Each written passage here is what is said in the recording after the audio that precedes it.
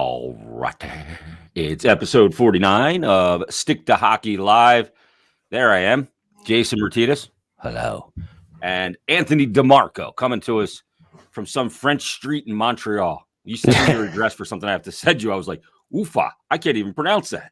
Yeah. It's even hard for someone who grew up in Montreal to sometimes pronounce these names, but it's not like Schuyler Street or Scott Avenue. It's like Rue des Gérards. So I mean, with an accent aigu in there. So it even kind of fucks me up sometimes. But I don't even know what you just said. Exactly. I told you the story about the train ticket machine in. Oh man, I'm such an idiot. I was like the ultimate tourist when we were up there in 2010 for the conference final. But I love the city. It's a great city. Yeah, especially if you want to come down here just for like a night out with the boys or something. It's about as good as you can get. That's for sure. So can you house me and my boy, my son Evan, for the Canadian Grand Prix? It's right outside the city, right? In that little island thing. It's on Parc Jean Drapeau, which is it's basically right beside.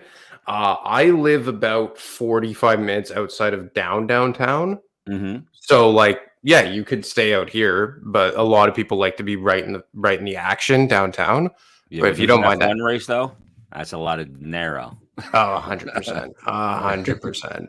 But you're right in the action. Like one of the main streets here is called Crescent. And they always just close Crescent Street just for like a complete gong show downtown. But so it's just Montreal in the summer is a fun time. You even have Heavy Montreal. You have Il Sonic, which is like an electronic event. You have Osheaga.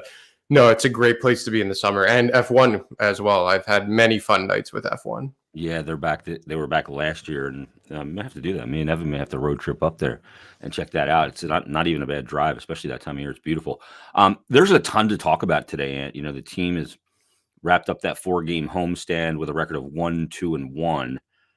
The one win was the one over Edmonton, which was a spectacular one. All 4 games are 1-goal games. They lose the first one against the Isles 2-1. They win the second one 2-1 in the shootout, obviously over the Edmonton Oilers.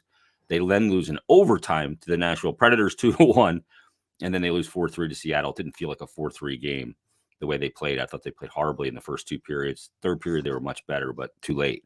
But there's a lot of buzz around the team right now as they head out on this 4-game road trip, and they'll be back Thursday. And the buzz starts, obviously, as we're getting closer and closer to the deadline. Deadline's 2 weeks from this Friday, March 3rd. And I know you put out an article. I saw you and Dave both on social media talking about it. And I know, you put out something about Nick Seeler that I thought was really interesting. First, put out mention your report and what kind of you uncovered here. Well, basically, and the boys on 32 Thoughts spoke about it on Monday morning. Before I didn't even listen to 32 Thoughts. I was, sort of talking my sources and writing it up, and then it was brought to my attention. So I'll give them credit. They mentioned that Nick Seeler's been drawing interest around the league. And that, the Flyers, I think Jeff Merrick used the term, they would have to have their socks knocked off. Mm-hmm. And when I was talking to my people in hockey ops, I was told that they would have to be blown away to part with Nick Seeler. And, a lot of people took that as, they're going to be looking for a first-round pick. He's untouchable. He's this and that. But a lot of this is that, and we brought it up right before we start recording here, is that, it's relative to the player. If you ask the Flyers in a candid moment, I think that they were blown away last year to have gotten a 4th-round pick for Derek Brassard. So same with me. I didn't even think he was going to get traded. And then Edmonton stepped up, gave him a 4th-round pick, and I don't even think he really played in the playoffs for them. So, I mean, you look at Nick Seeler, you can make the case that in his specific role, he's been their most consistent defenseman. And like I mentioned in my article, he has played the least amount of ice time consistently each and every game. So that has to be taken into consideration. But he's performed very well in that role. He brings a physical edge, which teams always like, especially when you're getting ready for a playoff run. And you play for Torts. Yeah, when you play for Torts. And probably the most important thing and the most attractive thing about the player is his contract. He's signed through next season at $775,000. And for a guy who, at least this year, has proven to be like a quality number 6 defenseman, that's close to league minimum. You have him signed through another year of the cap being flat. And I think that the Flyers aren't just going to give him away. And as Merrick alluded to on 32 Thoughts, for all the reasons teams want Nick Seeler is for all the reasons the Flyers maybe want to keep Nick Seeler. Mm-hmm. And I've gotten the sense that, and again, this is all like, I'll preface this all by saying like the Flyers don't have any untouchables in my opinion. And I think Elliot mentioned it as well. And I had mentioned last month that like in the case of Travis Konechny, like if you want him, you're going to have to step up big. But I think that the Flyers overall kind of are more encouraged by the way their defense has been playing. They want to get Travis Sanheim right, obviously. But you look at York and Provorov, and we could get into what I wrote about Provorov as well. But like, even if you want to bring up a Ronnie Adard next year, it may be beneficial to have a guy like Nick Seeler to play him with. Yeah, that's the other element too. Is he makes $775? That's guaranteed also for next year. And he's proven this year that he can be your sixth defenseman. And even if you had to move him into being your seventh, the $775 is totally fine. You like you said, it's very close to league minimum. And, you know, for what he brings from a work standpoint, the way he conducts himself as a pro, you know, all of those things, if blown away would be getting a 5th round pick for Nick Seeler, no? Yeah, like again, like I couldn't get specifics, and I don't even think that they've like narrowed down what the specifics So a 3% are. chance, a player with a 3% chance to make the NHL in 4 years. Like That's what people are freaking about. For me, it's like I think that anything a 4th or higher, it would probably have him get moved, especially this year.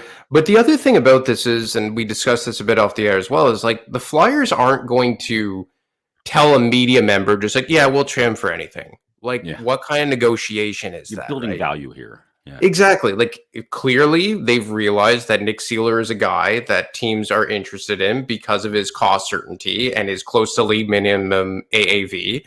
And they're going to try and say, like, okay, let's see how long we could string this out. And look, Nick Seeler isn't going to be the first, second, third, probably even in the top 5 to 6 defensemen to get moved here. You're going to see guys like Edmondson go and Gavrikov go, and that's not even counting the big names like Chychrun and Carlson. But when more teams start to get a bit more desperate and less options and are up against the cap, they may be willing to step up with a bit of an overpay. Like even Justin Braun last year for a 3rd round pick, like you can make the sense that that was an overpay, right? Yeah. But I know that the Flyers that day were trying to pry a 2nd round pick out of teams. Mm-hmm. And it was between the Edmonton Oilers and the New York Rangers. The Oilers paid a 2nd round pick for Brett Kulak. So they settled for a 3rd from the New York Rangers. And like, I think that's like, and I get it. And I understand that everyone is kind of like conditioned here to just think that like, Chuck Fletcher's like spinning on a chair in his room, not doing anything. Yeah. But like, it's like the Flyers aren't in a position this draft year, this trade deadline where they're at the forefront. And I was told that yesterday. Like, it's not like last year where we had Claude and we had Ristolainen available right up until like 2 weeks before the deadline. A lot of the guys that they have available that are expected to be moved here are secondary players. Like JVR falls in that mix too. Justin Braun falls in that mix as well. Even Ivan Provorov. Like, I think it's really a coin flip if he's moved. I would lean more on the side of no. But you mean like moved by the deadline or moved in general? Moved by the deadline, but even in general, like I asked yesterday, that's highly unlikely by the deadline. Teams just can't do the cap gymnastics to get there to be able to do that during, because you don't want to trade. Teams making moves at the deadline don't like to make moves where they also remove something from their roster. And the team like a hockey trade. Yeah, the teams that are, it's just too much to disrupt the room. It's too much to change in that regard. Now he's going to bump somebody out if you add somebody, but also the teams making moves at the deadline are looking more for, equity, prospects, draft picks, especially with this draft coming up. And Provorov is definitely a hockey trade because you're not trading him for draft picks. You're going to have to get a player in return. Well, that's exactly it, right? And I had a lot of people saying like, oh, well, why are things quiet on the Provorov front? Like they should be working the phones. And it's just like, but it's not the same thing. Like Jacob Chychrun isn't getting traded to LA for Quentin Byfield. Like hell, like there's a snag because the LA Kings don't want to give up Brant Clark. And he's not even a staple in the NHL at this point. Yeah. You don't even know what he's going to be as an NHL player yet. But I feel like you're Exactly. starting to get a good idea. Yeah, exactly. So I mean, look, there's a lot of things, but even in the Provorov, like even if he was available, let's say, or he is available, let's just say like the Flyers were actively looking to move him, he's number 3 on the totem pole, but behind Chikrin and Erik Karlsson right now. Yeah. So in a lot of these situations, you kind of have to wait for teams to come to you, especially when you have secondary players. Like, look, JVR is going to get traded. Like I think that's like the ultimate slam dunk here. And they're probably going to get a second round pick for him. Yeah. But teams that are looking at JVR are probably going to exhaust the avenues of Ryan O'Reilly, or Tarasenko was the first domino to fall, Timo Meyer, even like a Barbashev, like there's other players ahead of him. Tyler Bertuzzi is another one. So I think that like the Flyers, based on the assets that they have, like it's not something where teams are going to be like blowing up their phones trying to get them. I think things are very quiet in Philly right now because of the players that are maybe going to be moved.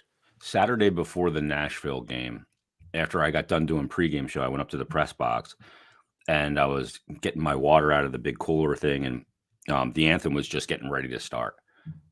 And Chuck was right there, so we were just standing there listening to the anthem, respectfully. And then as soon as the anthem was over, I was talking to him, just a little off the record conversation. I'm not gonna say everything that we talked about, but I did ask him about the market. I said, this market seems a little clogged right now, like it needs a little Drano. I said, what has it been like? Has there been a lot? He's like, there's a ton of conversation. There's a lot of phone calls. But the big issue is this, he said. He said, at this point, with the deadline still 3 weeks away, it was Saturday, so it was 20 days away, teams have two issues with making the deal early. And here they are. Number one was obviously teams don't have a ton of cap space, and they need to have the trade happen closer to the deadline because of prorated salary. So every day that ticks off is another prorate of cap hit too, even if you retain all that stuff. So if you get right to March 3rd, it is hockey season 6 months long. That's what they get paid for, 182 days. Then obviously you've knocked a month of 1/6 of their cap hit off as well.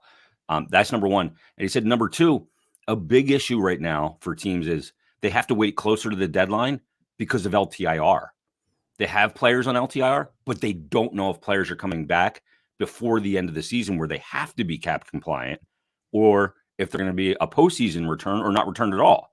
So LTIR is the other part of that equation on what kind of cap space teams have, because LTIR will determine who can retain what too, because you'll also get third teams to retain money when it comes to Karlsson and other things. But he said there's a lot of conversation, but there's a lot of the clog right now, and it'll unclog by the deadline because these teams will have those answers. They'll have prorate, and they'll also have more of an indication on LTIR players. Well, you make your point. Like, I'll just use the Winnipeg Jets for example here, because they were one of the teams that Friedge mentioned would be looking at JVR. Right now, today, they have just under $6.5 million in cap space. Deadline, they're over $9 million. Yeah. So a lot of these teams that aren't operating in LTIR, and they're few and far between, but coincidentally, two of the teams that are tied to JVR right now are two of the playoffs teams not operating in LTIR, easy enough for me to say, with the Minnesota Wild and the Winnipeg Jets. Yeah. Even the Calgary Flames are one who, like, I think they have a lot of irons in the fire right now, which Dave Pagnotta has been reporting about a lot lately. But even them, they're a team that's going to gain over $1 million more over the next 2 weeks because they're not operating in LTIR. That may change if they shift Oliver Shillington to LTIR, but, the point still stands. So, I mean, a lot of these teams are just kind of like in standoff mode right now. Like, obviously you have some trades that got out ahead of the market, like the Vlad Tarasenko move specifically. And now you could probably say, well, the Rangers are done. But I mean, I don't think that the Flyers have a player right now that is I guess, coveted, if you will. Because it's making a decision. You have these huge names. Tarasenko was a big one. He wanted out of St. Louis for years. Yeah, you have the Ryan O'Reilly domino. You have the Timo Meyer domino. Even like Tyler Bertuzzi, like Dylan Larkin. Like, I still think he eventually stays in Detroit, but you still have that potential wrinkle in all of this. And to me, like, when you hear guys about like Nick Seeler and JVR, or even like a Patrick Brown, Justin Braun, like that, That's like 2 p.m. an hour before the deadline hits type of move. Maybe not so much JVR, but the other guys 100%. Yeah, there are And fallback options for teams that maybe were going, for something bigger, didn't get it, or go, okay, let's just add a little depth here and a little security. yeah. And Kevin Hayes is one. Obviously, like I was the first report, like early January, that he was available. But even that's kind of like a summer move because of like the term on that contract. Teams will have more of an indication about what their offseason lookout is. And You for can Ivan reset your roster player. So is Provorov for a team. Yeah, and Provorov, like I think that if the Flyers wanted to just get like a first round pick and two prospects, yeah, they could probably move him. Probably Edmonton would be looking hard at him. But like you said, like they were talking to LA, and I've heard through the grapevine that they wanted Byfield, and that's where it began and ended. Yeah. So I mean, the Flyers aren't looking for futures with Ivan Provorov. They want it to be kind of like a lateral move, and like you said, a lot of playoff teams aren't looking to subtract off their roster. Edmonton better be careful, because if they trade their first round pick, they have their first round pick for 23. First, I believe they do. I don't think they've traded because that's a team that just goes weird at times. I mean, they lost to Montreal the other night 6-2, right? Yeah, and they could in some ways miss the playoffs, and then all of a sudden, like, that's a really good pick. Imagine if they fell far enough out of it and won the lottery and got Connor Bedard. So you'd have Connor McDavid, Connor Bedard, and Leon Draisaitl with Ryan Nugent Hopkins already there. Trade back for Taylor Hall. You have another number one overall. I mean, and bring Nail Yakupov out of whatever he's doing. And the other thing about Edmonton is like their top 5 forwards all have no movement clauses, and Darnell Nurse has a no movement clause. So like they're really locked in with that core, right? Yeah. So I think that Ken Holland is trying to double down. You've seen like the reported maybe framework of what an Erik Karlsson deal would look like. Centered around, pardon me? 2 first-round picks? The one I saw was the first round pick this year. They do have it, and Evan Bouchard, who they drafted in the first round. I think it was 2018 they took Bouchard, if I'm not mistaken, maybe 2019. So I mean, that's 2 first round picks right there. And then I would imagine you would have like Puljujarvi going the other way for cap reasons. But again, that's not a slam dunk. It's not a slam dunk about Erik Karlsson, and you're committing how many years to Karlsson, even if the Sharks are eating. Yeah, so you're committing. And even if they're eating 35 or 40% of it, the Sharks are, I'm not sure like how much like cap relief that would be. He makes 11.5 per. I'm not good with math, but maybe his cap hit comes around somewhere in the 8s. So like, look, there's a lot of risk involved. And to your point, with a team like the Edmonton Oilers, there's always going to be that chance that it blows up in your face. And I mean, that's why at the deadline, maybe sometimes you see more of those like low risk, high reward moves. Like you trade a mid-round pick for a middle 6 guy. Like you see what the Rangers gave up for Vlad Tarasenko, and they get Mikkola, the defenseman. Yep. But I mean, that's like kind of like the biggest type of haul you'll see. It won't usually be like a massive deal. Like even like what Erik Karlsson got traded for. And I believe he got traded in September of 2018, I want to say. So, I mean, to your point, like the moves like Provorov, it's not a shock that it may not happen in season. And you look at the Rangers too. Once, a guy like K'Andre Miller developed the way he did, they can now use some of those D blue line prospects as equity to help their NHL club, because he's just so good. And I mean, look at what you got there on that. I mean, 3 players on that blue line. I love them all. K'Andre Miller, Fox, and obviously I love Trouba. Yeah. Yeah. I was talking about, man, that'd be a target for the Flyers for years. I was talking about Trouba. I always liked him. And I think he's a really good leader for that team too. Yeah, and he was moved in the summer where the Flyers brought in Justin Braun and Matt Niskanen. Yeah. But obviously Trouba was, I believe his wife is from New York, if I'm not mistaken. Yeah. Yeah. So like he was one of the dozens of guys who kind of pigeonholed his way into going to New York. And like, hey, look, good for them. Like, I mean, it's kind of frustrating because obviously you hear a lot of people talking about like, they should emulate the way the Rangers did the rebuild. Well, like, it's easier said than done and because you hear it a lot of people like talking about Johnny Gaudreau, and that was kind of like, you could draw the comparison to Artemi Panarin, but it's not like they got Artemi Panarin and didn't do anything. They got Panarin, they got Jacob Trouba, They got Adam Fox. Like they had three very good players, one of which is one of the best defensemen in the NHL and a Norris Trophy winner, basically demand to go to the Big Apple. And I mean, the Flyers And you already obviously had Kreider, and you already had Zibanejad. You had some yeah. pieces there too. Yeah, Shesterkin was already drafted. Like it's not apples to apples. And look, the Flyers have a lot of work to do, clearly. I think they're taking baby steps, but they are in the right direction.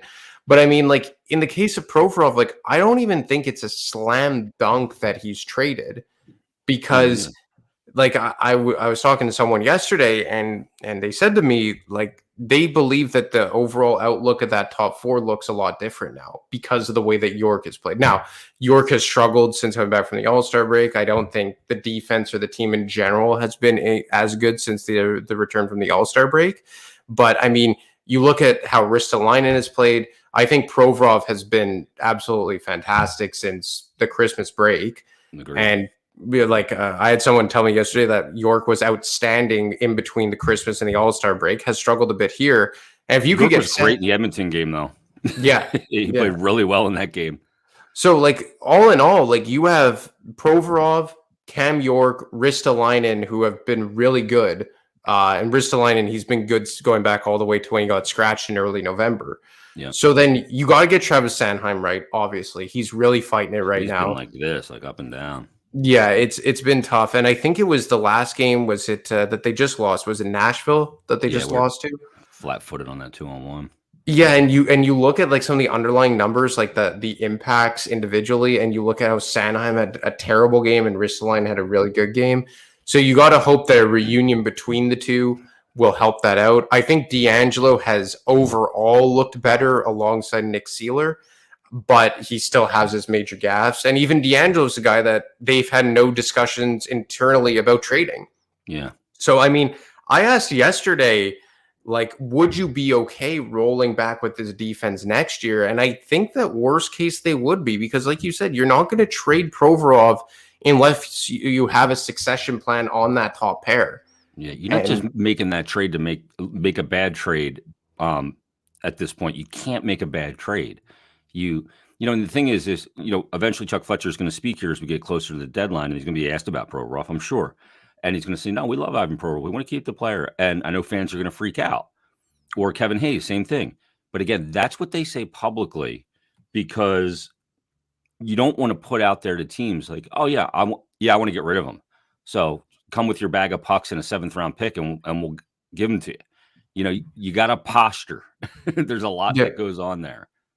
Yeah, and like I'm not of the belief of just trading Provorov for, like, even if you get a significant haul. Let's say that you got like a 1st-round pick, and let's just say they got him for Byfield plus whatever. I still worry about that defense. Would I still make the move because I love Byfield's upside? Yeah, of course. But then what are you doing on defense? Who's playing with Cam York? Like, I don't think Cam York's a guy that is ready to just assume a role of, let's say, Victor Hedman, or even what Provorov's playing. Like, I kind of broke it down. I forget where I did it, but I did this somewhere. I've been doing a lot lately. But like, you look at the minutes that Ivan Provorov plays, and it's not even so much about the even strength. It's the amount of time he plays down a man. Yeah. Like, I think he averages like almost 3 minutes down a man. And the next closest guy is Ristolainen at 2 minutes, who plays with Provorov. So now you'd be asking Sanheim and York to each up their shorthanded time by 2 to 3 minutes a night. And a lot of people think like, oh, that's like whatever. But you hear former NHL defensemen talk like an extra 2-3 shifts a game. And if you're upping, it's especially in a shorthanded role. So, I mean, I'm not saying that Provorov's untouchable, and he isn't. He hasn't been going back to last season. But you also got to look at it and say, like, are we going to trade Provorov, not bring in a defenseman to play with Cam York or take some of those minutes away? And are we in any better of a spot? And I think it's a fair question to ask. Yeah, and I think the answer is no, unless you're going to be able to replace Provorov. But replacing Provorov is two things: replacing the minutes and replacing the availability, because he's always in the lineup. Yeah. And the thing with Provorov too, I always look at PK minutes in a game as 2-1 in taxing on the body. Killing penalties is so taxing. It's exhausting, because you're not in control for most of it, right? So those are like 2-to-1 minutes, and they're really important minutes. And the thing is, he's always available, and if you're the trickle down effect and the slotting changes so much if you don't have him. When you put guys like when we saw those injuries last year, I think it was, all of a sudden you're asking, guys like Ristolainen to be a top pair guy. As a second pair guy, that's fine. But as a top pair, the pedigree of what you got to deal with on the ice changes. And when it's like, look at the faceoffs this year without Couturier and Giroux. You got Cates and Frost, and they're getting pantsed in the faceoff circle because they're facing the top faceoff guys. Now, if they were facing the second or third ranked faceoff guy for the Boston Bruins and not getting Bergeron, they're going to have a much better percentage in the dot. Yeah. That's slotting. So, Eric says, why not trade Sanheim and keep Provorov? Well, Sanheim right now is about ready to kick into a very long-term, huge deal and hasn't had a good season. So the return wouldn't be good at this time for a player like Sanheim. Provorov's got much less term and a very palatable number that he could easily be a good value contract as well. Yeah, and look, like I share that sentiment. I thought that, I think the Sanheim contract will age all right, to be honest. The cap's going to rise eventually. The cap's going to rise. I don't think he's as bad of a player as we've seen this year. Whatever, there's something up with him. I think playing with D'Angelo was a really bad fit. I hope that, let's see what happens between him and Risto right now.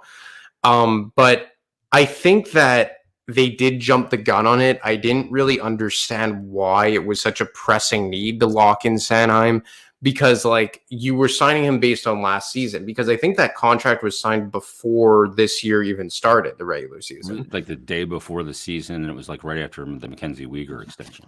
Yeah, and I was told that the Weegar extension is something that probably helped the Flyers keep that number down.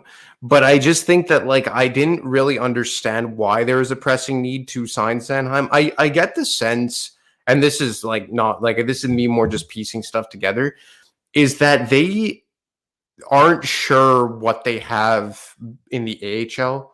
I know everyone talks about Igor Zamula and Ronnie Attard, but I don't know if these guys are such slam dunks as we think. They'll probably be NHLers one day, but I mean, you hear a lot of people saying Sealer is blocking X prospect. And I don't think that's true. No. I think that what we've learned under John Tortorella is if you're a younger player and you deserve to play, you'll play. And you'll play big minutes. You've seen that with York. You've seen that with Frost. You've seen that with Noah Cates.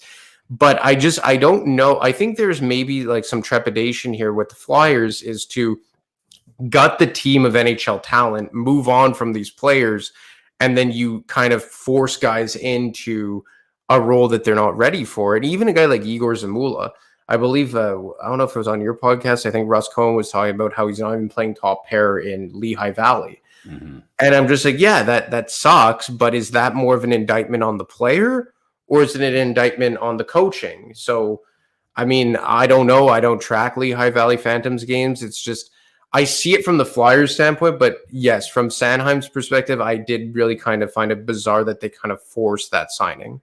Yeah. And you look at the Phantoms, and there's a couple guys down there playing really well. They call up Ersson to go on this road trip right after Sandstrom. I thought what I thought was, the Jaden Schwartz goal was a bit of a subpar goal again. It was a great shot, high blocker just below the bar. But again, and we talked about this before, 4 occasions so far this year that I recall that I charted with Sandstrom on his glove hand side on a low play from down below the hash mark and a pass above the hash mark. He has not regained his feet on his glove hand side from a post integration, and he's gotten beat high glove twice, and he's also now gotten beat high blocker twice. In Europe, maybe you get away with that. In the Swedish league, you got to regain your feet in this league because you're not going to be able to get that shot. You're not going to be able to lift high enough to get that shot in the NHL. 2 things: players are closer in the NHL, and they can make that shot and get rid of it way quicker. So you got to regain your feet there. I don't know what he was doing. Yeah, Sandstrom is a guy that he's been disappointing. I don't even know why I was high on him, but I thought he was going to prove to be a decent NHL backup here. He But came in last year in like that San Jose game that he lost last year, like 45 save. He was good. He made, yeah, he's a competent goaltender, but there's just that one goal in a game that he can't give up that he seems to give up. yeah, and like, look, I still think that it was a good decision to see what you have in him this year. Like, you Mhm. had to, right? Like, he was drafted what, like almost 8 years ago now.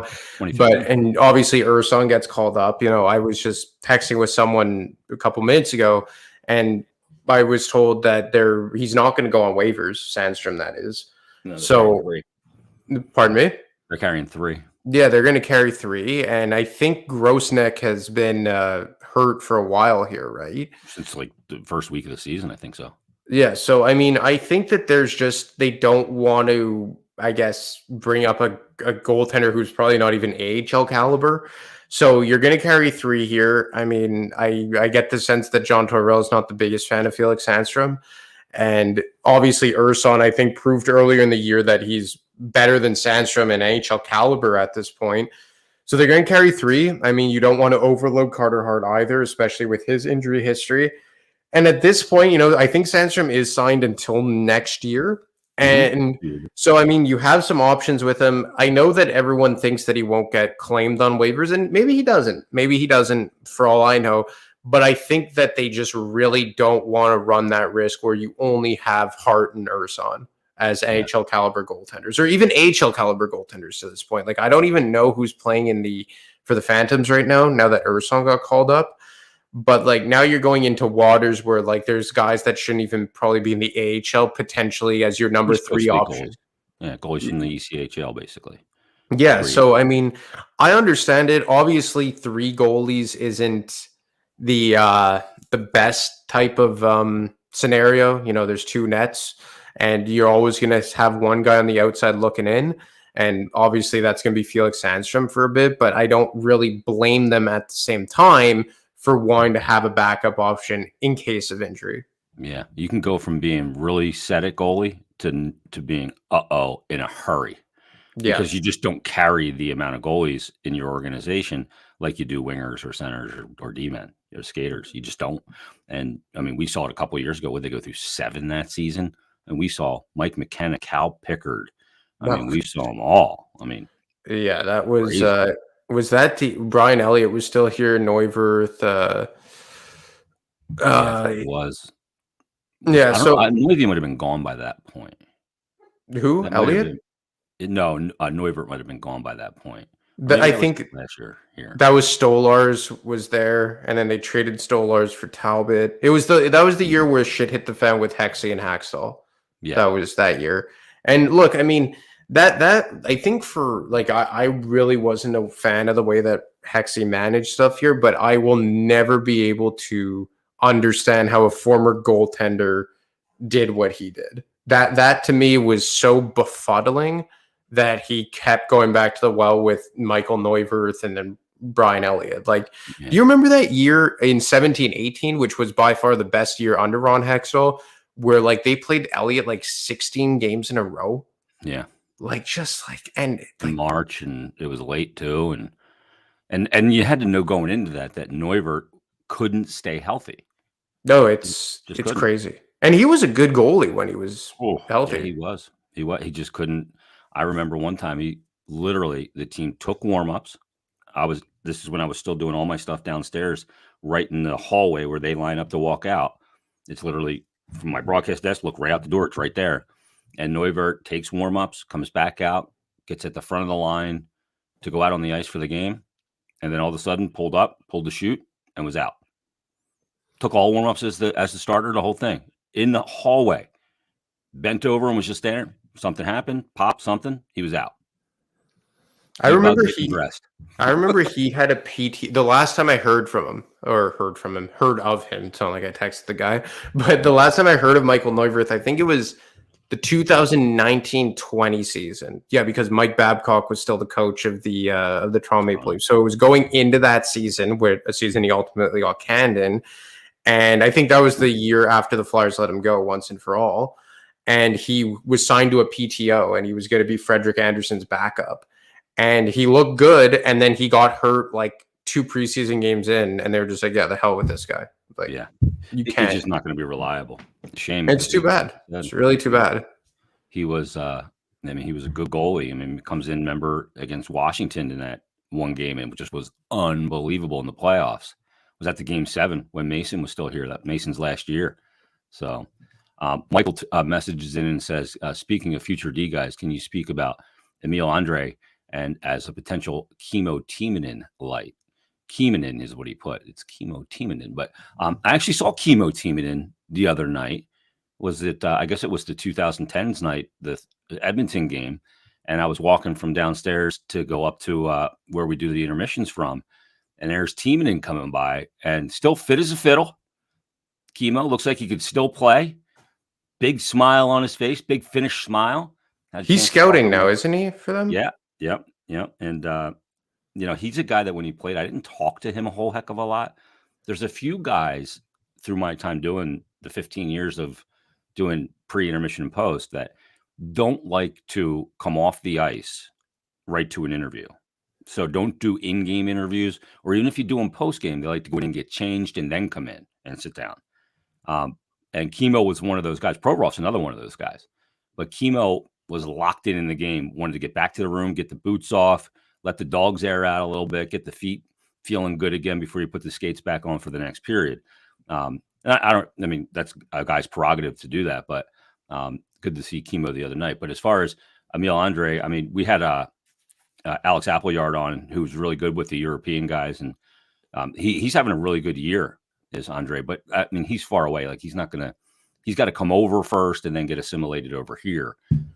So which he probably will do. I'm not sure when the Swedish league ends, but I remember being told in the summer following the World Junior Hockey Championship. Remember, they had the 2022 one in August, that the plan is for when his season ends over there, he's going to be brought over to the Phantoms maybe to finish the year.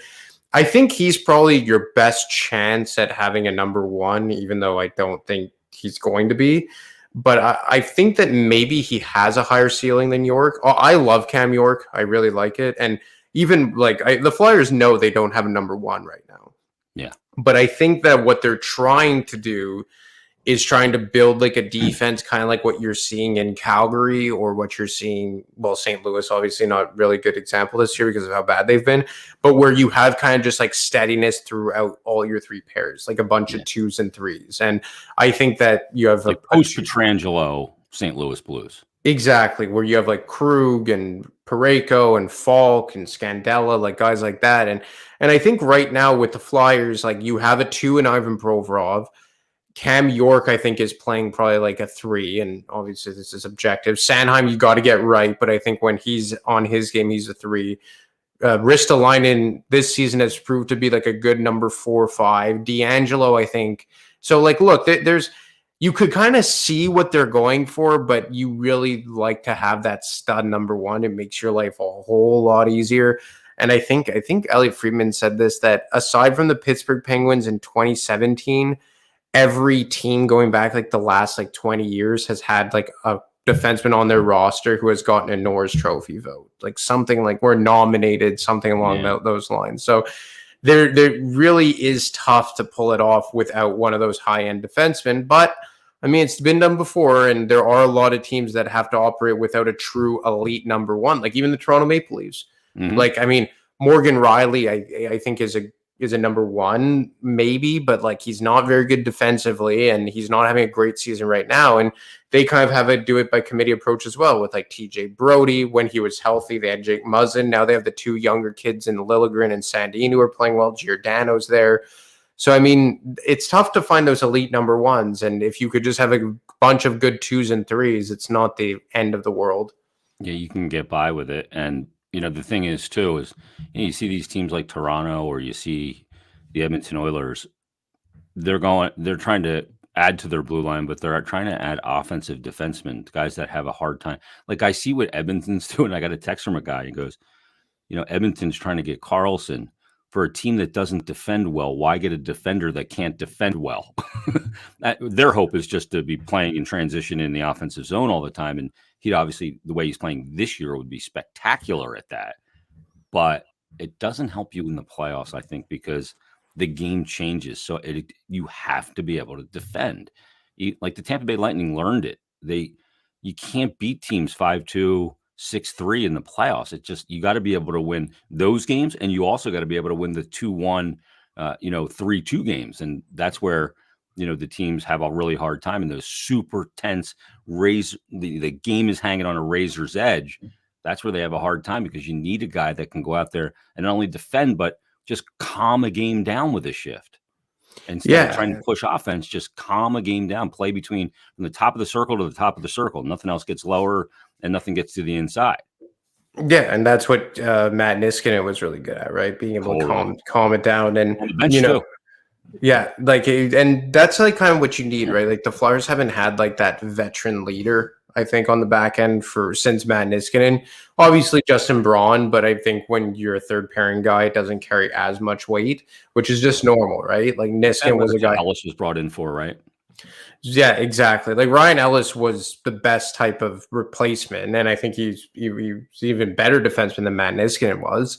I remember thinking when Niskanen retired, I really wanted them to go get Chris Tanev. Like he seemed just like the prototypical best, like carbon copy of Matt Niskanen.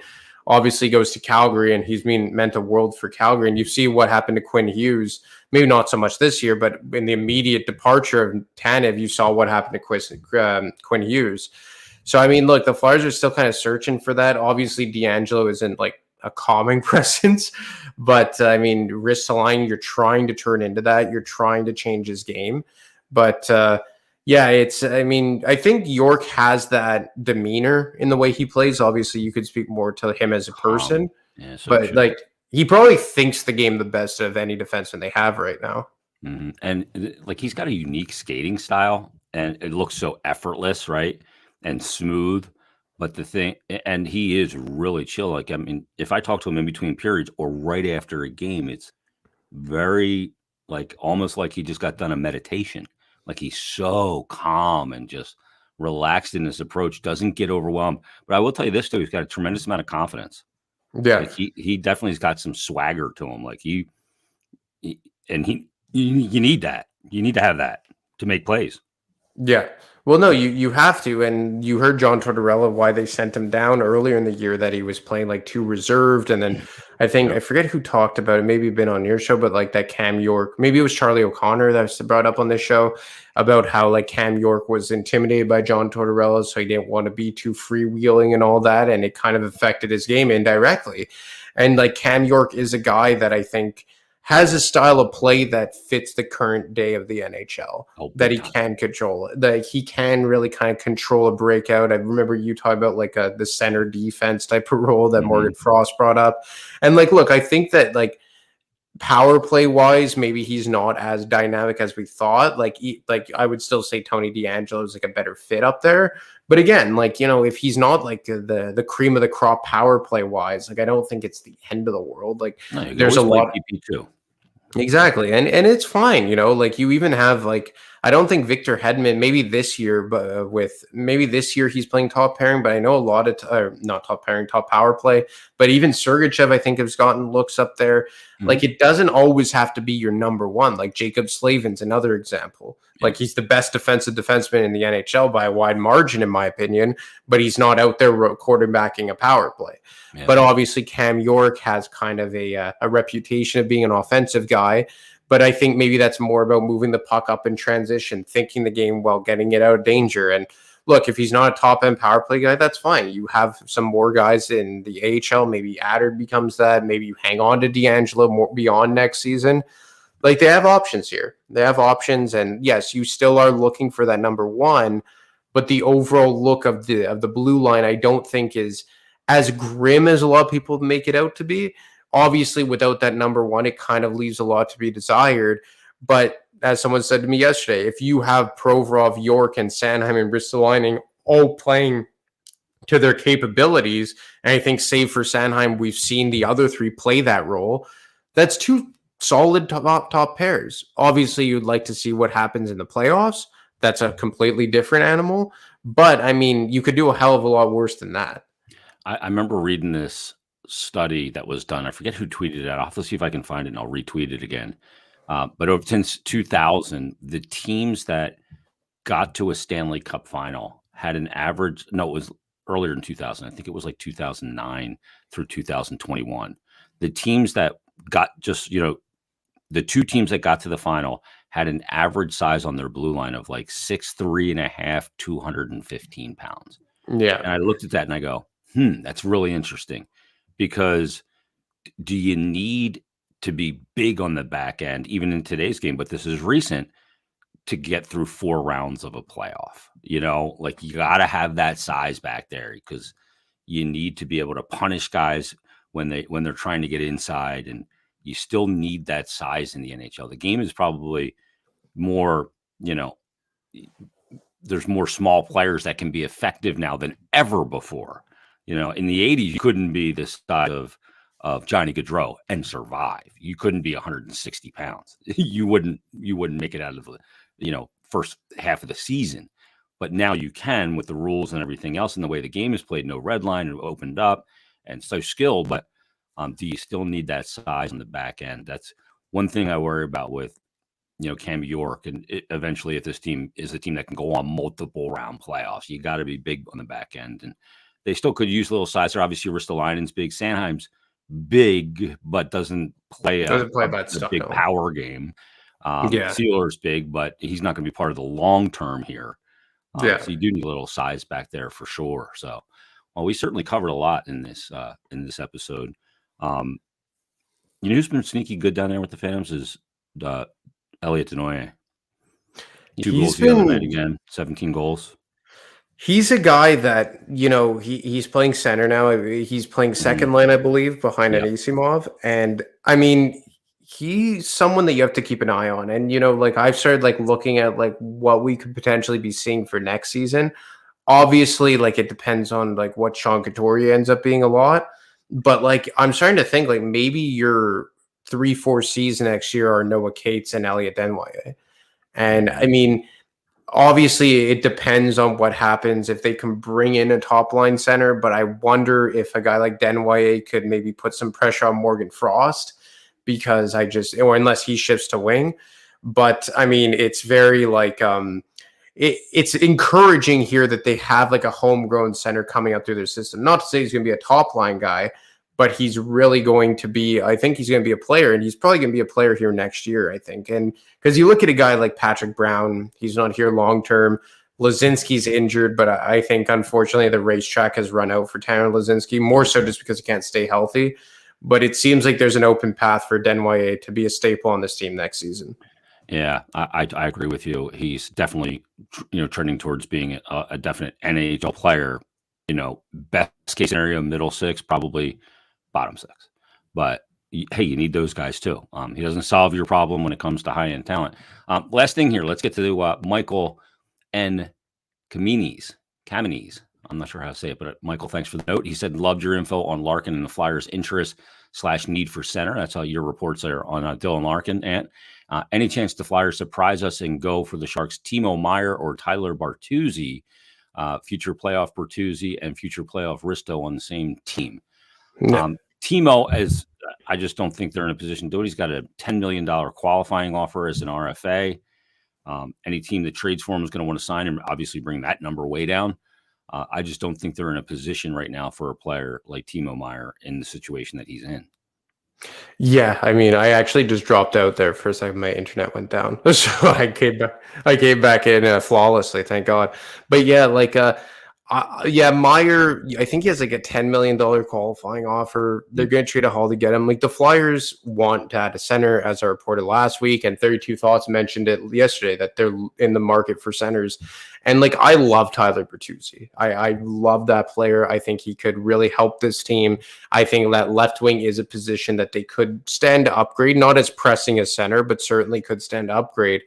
I don't know if those are the types of players that the Flyers are going to take big swings for, especially Meier, because you'd be sacrificing so much of your futures.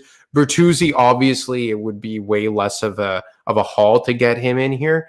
But I just think that first and foremost, they need to find a top line center, a top 6 center long term. I think that absolutely is the priority here, because I like everything well, not everything, that's an exaggeration, but I've liked a lot of what I've seen this year about building towards the future, seeing how that middle six, bottom six is shaping up. Their goaltending is very encouraging for the foreseeable future. The defense could be better, but not as grim as, let's say, we once thought, because of York. Provorov's game really turning around the last 2 months or so. Ristolainen's career renaissance. But it's all going to be for naught if you don't have that top line center. Dylan Larkin, I think that 100% is a name that they would go after. I was told that if he makes it to free agency. I'm skeptical if he gets there, and if he's not available, then you have to look the trade route. And obviously, top line centers are a lot hard to come by than arguably any commodity in the NHL. Like centermen are just so tough. It's why you got to find out what Couturier is. That's why he needs to come back this year, and you got to see if he can come back and play and stay healthy and without setback going into the offseason. And then obviously the other guy that you talk about center, we can debate whether he's a center or a winger when he first comes in, is Cutter Gauthier. I'd like to see him go back for another year because I think that there's a lot to be gained there by him going back. You look at a guy like Matty Beniers or Owen Power. They all went back for a sophomore year. Beniers is a second overall pick. Owen Power is the number 1 overall pick. It's not an indictment on the pick. So I would like to see him go back, but he was pretty adamant when I talked to Cutter on draft night that he wanted to go play 1 year of college and get right to the show. Can't blame an 18-year-old for wanting that. Yeah, of a kid. Can't blame an 18-year-old for wanting that. And look, they have a lot of question marks. It's not all grim. I mean, I wonder what it means for a guy like Morgan Frost, because I think that Frost has had a good season process-wise. I think like his underlying game is really good. I think that he's learned to play center in a responsible fashion this year. But then, Charlie O'Connor has beat this drum rather a lot, so I'll give him credit, is that like it just begs the question of what Morgan Frost is when he's not producing points. And I think the other day did something I have not heard him do. What did he do? It was the Nashville game. He said in the post game that he thought Frost was really good in the game, and I think it's the first time he gave him accolades and some hype when he didn't score. Because oftentimes Torts would say, "Yeah, there's a lot there, but I need him on the score sheet. Need to finish it," and he didn't. And Frost had a really good game, but didn't end up on the score sheet. So that's progress. Yeah, and I think Frost is a guy that has struggled with confidence a lot in his career. And you know what? I think he's had a good year, like from what we were expecting. But the thing is like I think he's still only on pace for like 40 points. Mm-hmm. And I think that's kind of like the question mark for me, is like he's not a guy that I could really see playing a bottom 6 role like a Desnoyers or a Cates. And if you're not a 40-point player, can you be counted on as a top 6 center in the NHL? And I think he's gotten like arguably at times the Flyers' best line mates. Like he's been with JVR and Tippett for quite a while now. It's been a good line. Like obviously, maybe he could play with Konechny, but I mean, aside from Konechny, JVR and Tippett have been their 2 best wingers more often than not. So I question like where he stands long term. Not because he's not a good player. It's just more so the team and what the team needs right now. I feel like the construction. Yeah, because they need a top 6 center. They absolutely need one, and I'm not sure if he's produced enough in terms of raw points to be able to say like, okay, he's one of the guys moving forward. And I think that the ship of him playing wing for this team has long sailed. It's clear that they have no interest in that. It's kind of center or bust here. And like I said, he's had a good year. He's learned to play responsible defensive hockey. I just question whether or not he's produced enough to have carved out a job long-term, especially when you keep hearing what I've heard, what they talked about on 32 Thoughts, that they still are looking to go big game hunting for a centerman. Like we talk about this year, and we keep saying this year is to find out who's who and what's what, who's part of the future and who's not. But the 82 games this year is not a hard deadline for every player. Some players are going to warrant. I was talking to Bill Meltzer about this on the podcast for Flyers Daily on Monday, that some players are warranting more of a look and more time to see if they develop further Frost, I think, falls into that category. Some players, when we get done this season, you're going to go, okay, he's not part of it, or he is part of it. Like And there's Liz. going to be and other players are going to have to go, because you can't just go ship everybody out. This isn't the NBA where you just go, let's send this guy here and this guy there with the hard cap. So some players are going to get a little more looks not the right word, but are going to remain, and you're going to continue to evaluate what they are. And then at some point you're going to be presented either with a move on for, whether the player's contract is up or a trade proposal or whatever. But, and I think that Frost falls into that category. If he's going to be a top 6 guy, he's going to be a 55+ point guy minimum. So like, let's say they had a chance, just for funsies, they had a chance to sign Larkin, and you figure out that Couturier could be like a 75% what he once was, like a 60-point responsible second line center. Is Frost a guy that you consider moving on from, if that in that context? Well, I think you have to, because if you're going to have Noah Cates as your third line center, yeah, and Frost obviously not going to play fourth line. That doesn't make any sense for him. And Denway seems like he's fast tracking to that. Yeah, and you don't want to pay a lot at that position either. Frost isn't going to command a ton of money, but still, you got to look at roster construction. It's not just about lining up the 4 most skilled guys at the center position. Exactly. You have to have them. You have to build your team properly. Like, we've seen teams with tons of talent that can't win because they don't have guys that can do the hard work or grimy things. You need the grimy guys. You need all of that to win. So roster construction is paramount, which also goes back to kind of where we started with Provorov and slotting. Like, you have to have proper roster construction for guys to fill certain roles. You have to have your good penalty killers. You have to have your good defenders. You have to have your good high-end offensive players. You got to also have, on your blue line, puck movers and stay-at-home guys, and they got to fit together perfectly. And that's the only chance you have. Let's just add Connor Bedard. Screw Larkin. Let's get Connor Bedard in the middle. Him, Couturier, and Noah Cates are your 3 centers. Boom. There we go. That would not be too bad. And the other thing is that, like, I still think that they have a chance in this draft to get a long-term 1C. Maybe not next year, but like, if you take like a Brandon Yeager type of thing, like, I think that if you're in the top 12, like, you have a chance to get a long-term number 1 center here. And like, you look at a guy like, let's say, Will Smith. I think Bob McKenzie had him ranked 6th. I got a prospect ranking that he was ranked, I think, 9 or 10. I think Bob McKenzie said that he may have the best hockey IQ in the game. So long-term, you may have like a 1C carved out, but I don't think the Flyers are looking for next year to be a stagnant year. I think they want to take another step. And I think that's where, and Merrick said this too yesterday, is that like, they do like a lot of their players.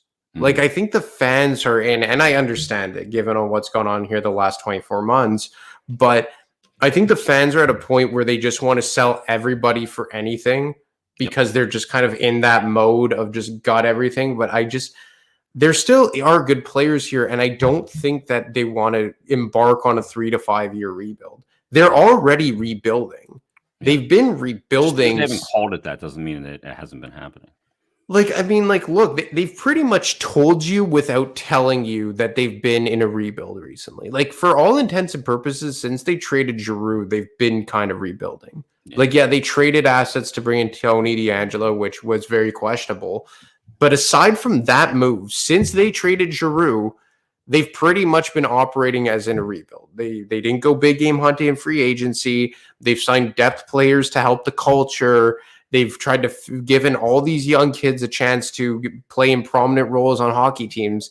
Like, going back to the Giroux trade, save for the DeAngelo acquisition, was just because of pure desperation to get a right shot defenseman in here, which I don't agree with. You might as well just sign John Klingberg at that point. They've been operating like a rebuild, and they're going to continue operating like a rebuild. But they're going to take baby steps because they're not doing a rebuild akin to Chicago or Arizona where you tear it down to the studs and come back up. Yeah. They're doing it more like a Los Angeles, let's say, where they slowly sold off some pieces like Muzzin and Alec Martinez and I think Jeff Carter. But then along the way, they traded for a guy like Victor Arvidsson or they traded for a guy, it blew up in their face, but like a Kovalchuk, or last summer they went big game hunting, they took a swing for Kevin Fiala. Like, I think that's more what we're seeing, and they hung on to guys like Doughty and Quick and Kopitar, and I believe there's one more other one that's escaping me, but I think that's more of the type of rebuild that we're looking at. Yeah, boy, Kempy's been on a heater too, man. Yeah, Kempe, yeah, Ooh. he's been good. No Fiala's been a good ad too. Yeah, no doubt. Very good. Michael says, Stick Taps, boys, you make my week. Well, thank you, Michael. Stick Taps to everybody for listening. Thanks for watching. We'll be back coming up on Thursday. Ant Sanfilippo is going to join us coming up on Thursday, I believe. I haven't heard from him in a while. Yeah, he had COVID. He was going to come on last, I think it was Friday, but he said he's got COVID again. He says he feels fine, but he just sounded horrible. Okay. Like his voice was just gassed. So we wanted to push a week. So he's going to join us coming up later this week, hopefully. And we'll get Anthony Sanfilippo on. We haven't talked to him in a while here on Stick to Hockey Live. And great stuff. Where can people read your stuff? Fourthperiod.com? Fourthperiod.com. A story dropped last night. Expecting to get another one out by the end of the week. And obviously, shit's going to pick up here with the trade deadline just over 2 weeks away.